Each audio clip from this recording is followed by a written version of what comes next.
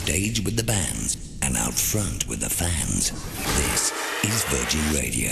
Right, this is Ben. It is day one of the Isle of Wight Festival, and Ian McCulloch from Mecca and the Bunnymen is here. Good to see you. Yeah. Cracking set. Thank you. Really enjoyed it, and the crowd seem to enjoy it too. Yeah.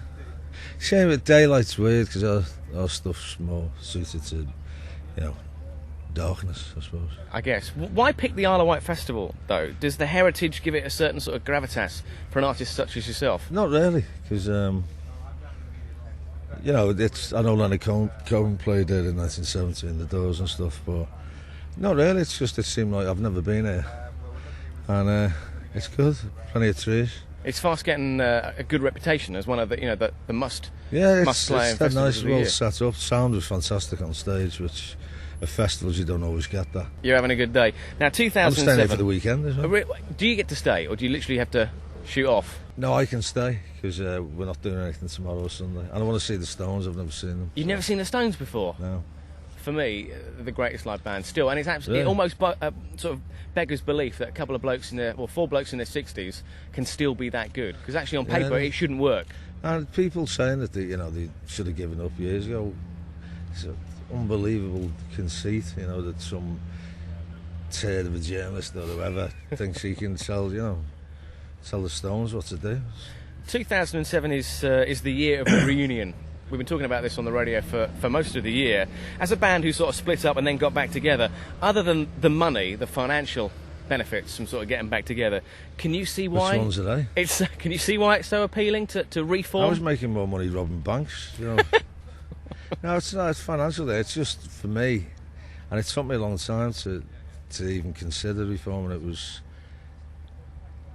It just something was missing, and the way I write is I write better when I write for the Bunnymen, and it's a soul thing.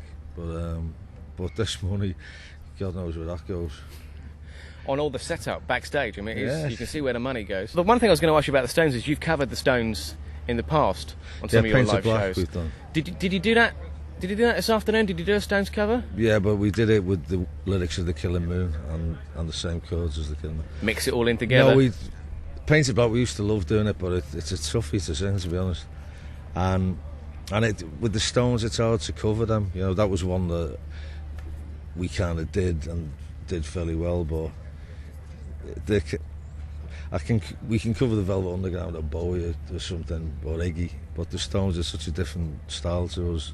But Painted Black, it's darker, than a lot of their stuff. The thing about the Isle of Wight Festival is that you've got these new artists, and then you've got the sort of the classic heritage artists that have already got a long-standing fan base. Who of these new bands do you admire? Who do you think sounds good? I don't know. I like bits of. Quite like the Cribs. I haven't got the album yet, but the kind of Buzzcocksy, I think, and his voice is very like Pete Shelley's, and that's no bad thing. Like them. The Claxons, it surprised me. Yeah. I'd sooner watch the telly than listen to music. I always did. I suppose if that is what you do. Yeah, what's the telly? You hear words that are longer than in most pop records. You've been together since about 1978. Are you planning to do any sort of 30th anniversary special? Possibly, but we tried that with the 25 years, and it was basically we just toured. But it'd be nice to have a Bunnymen party where me and Will kind of got bevied together. Why not, eh? Yeah. Why not? Lou Reed, I think, is one of the people you hugely admire. He's an interesting character. The reason I bring Lou up is because he played here last year, and we were kind of expecting at least maybe one or two of the hits from Lou. See, that's what I don't like about him. I like his contrariness, but he's got to play the proper songs. It was a really sunny afternoon, and we were kind of expecting Perfect Day.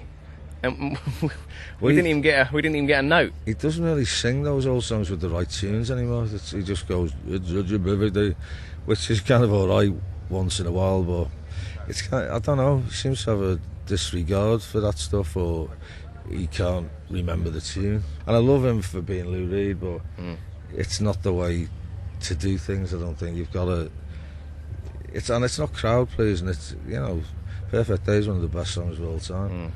I mean, we did Walk on the Wall, so I had a snippet from it before, and because he doesn't really do it, and I saw them with, with the Velvet Underground when they reformed. I went to Paris to see them, and he was rubbish, but the other three were great. He had a guitar with no end on, which is unforgivable. He had Bobby Davro shrink to fit in the bath case, and like some stupid Barney the purple sponge dinosaur shoes on, and he was absolutely crap. And I think I fell asleep because I remember Venus and Furs and then something else, and it was like, and I'd hurled abuse at him. Well, not abuse. I just said, "Reed, get off." Listen, it's been good to see you. Good to see you. Really, really enjoyed your set. We're going to play a few songs from the performance, including, well, we went out and watched Nothing Lasts Forever, and I don't think there was a dry eye at the Isle of Wight Festival so early on day one. Yeah, we kind of peaked too early, I think. Yeah, Nothing Lasts Forever, that was one of the highlights for me, because it just felt easy to sing, and you know, and it's kind of, I had my eyes closed for most of it, because I do, even without, when you play to your own audience, you know, it's like everyone kind of looking at you, but especially the festivals, because I don't want to see an hamburger stall and somebody kind of picking his nose down the front, you know. Listen, we really, really enjoyed it, and we appreciate your time, Ian. Thanks, Cheers. thanks for coming and see us. Thank you.